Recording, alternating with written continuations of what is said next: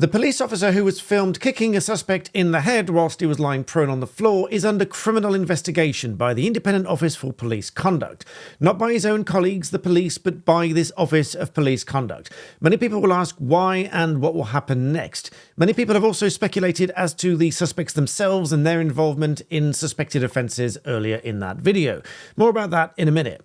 But first of all, people asking about the IOPC, the Independent Office for Police Conduct. Well, the IOPC conducts investigations both into the standard of general conduct of police officers and can conduct criminal investigations where they believe there may be liability of a criminal nature. And according to the IOPC, they've served both a disciplinary notice to inform him that he's been investigated for potential gross misconduct for a number of alleged breaches of professional police standards for the use of force, and also that he's being criminally investigated for the use of force during that incident.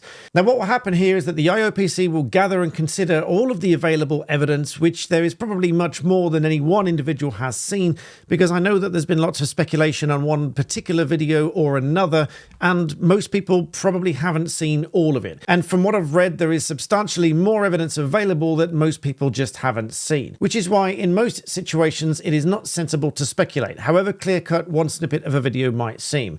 But in any event, the IOPC will consider all of the evidence, they will go through an analysis, and then consider whether or not to refer it to the CPS for a charging decision.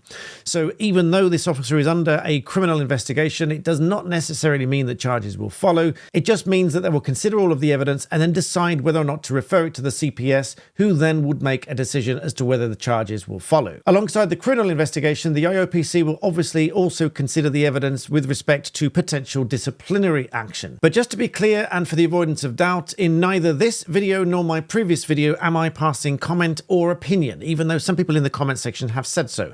All I've done so far is tell you about the civil and the criminal standard and the burden of proof and what is relevant for self-defense and what tests need to be met, because those tests are subtly different.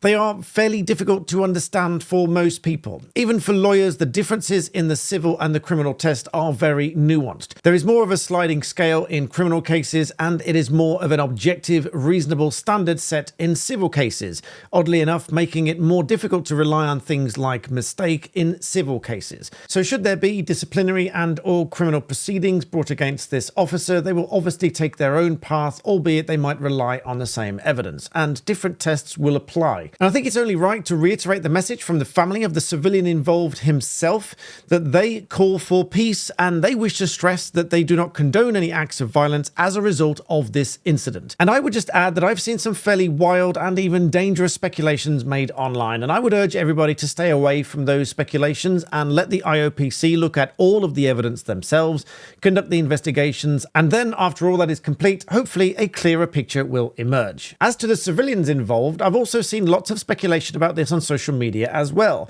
From what I can gather from the news, and just about all I can gather, is that 4 suspects were arrested for assault and affray, not for terror offences. I haven't seen any confirmed reports either way as to whether they've been released without charge, released on bail, released pending further investigation, or indeed whether they've been charged with any of those offences. And so again, I would urge against speculation until such things are known. So I hope that answers some questions. Please do remember to subscribe to my channel here, and as always, thank you for watching.